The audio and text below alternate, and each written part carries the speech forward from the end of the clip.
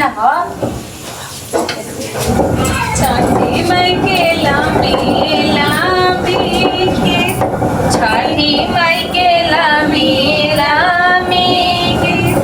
ये कारा पिया पारा देसिया के कर मनावा उदर के कर मनावा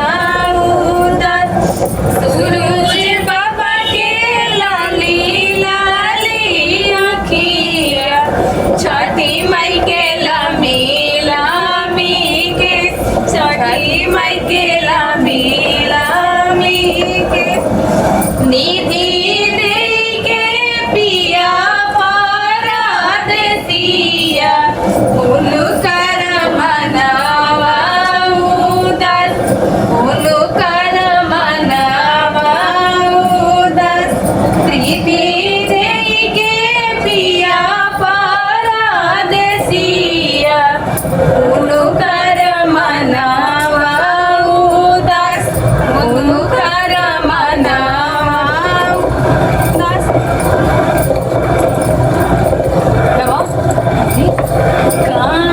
चाही बसा के बहांगिया बहांगीला चकाती जा बहांगीला चकाती जा पेन्हाना जाया बाबा पियारिया दौरा घाटे पहुँच दौरा घाटे पहुँच पेन्हाना हरे कृष्णा बाबा पियारिया दौरा घाटे पहुँच दौरा घाटे बाटा जे पूछेला बाटहिया ईदल के कारा के जन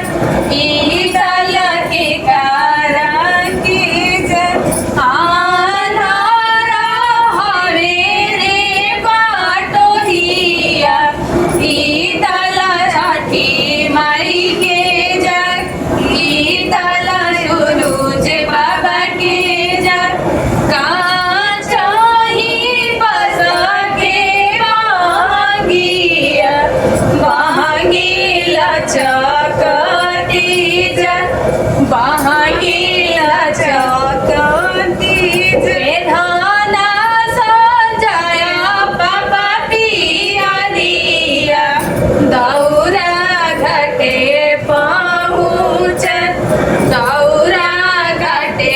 पहुँच पेधाना सत्यनारायण बाबा पियारिया दौरा घाटे पहुँच दौरा घाटे पहुँच बाटा जे पूछेला बाटहिया ईदल के करा के जाय ईदल के करा के जाय आधारा हवे रे बाटहिया ईदल छठी माई के जाय ईदल सूरज बाबा के चली ना दीदी उतारू पड़ लेगा और रखे दे दे छोड़ दे अपना बाबा ले पिता हो लो उठाओ हो जाएगा तो चाहिए हाँ अभी रखे में जरूर करना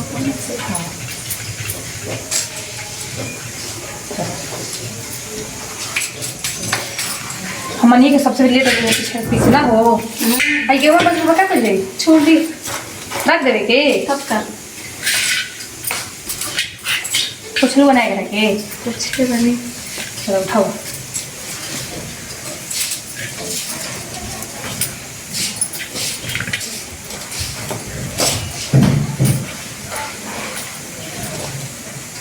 चल लेकिन ले लो चलो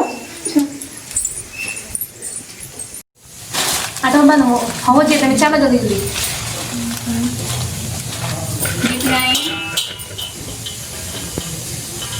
धीरे धीरे चला काहे का दौड़ा तड़ू तो चलते हम गीत गाते आगे चल के बुनो एक कॉपी बोलली छठिया माता सुनिए सेवक लोग सुनिए सेवक लोग मोर घाटे दुबिया उपजी गईले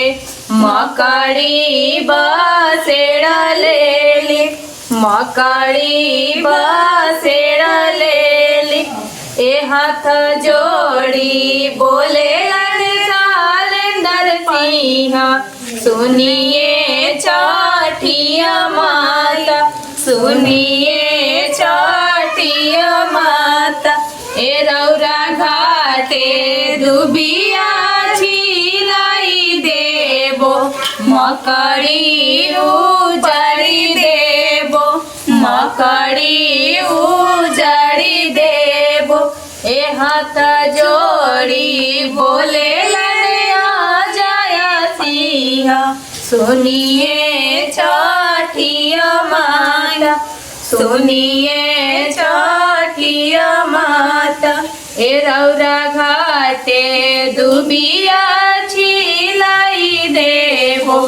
मकड़ी उजड़ी देबो मकड़ी उजड़ी देबो हाँ हो दे कल ठीक है नो हाँ तब हो दे चल अदर रख दो नो चलो तो सब जल्दी जल्दी सांस पका बने फिर ऐसे जानो बाबूजी तो हाला कर लगी हां करे और के बेर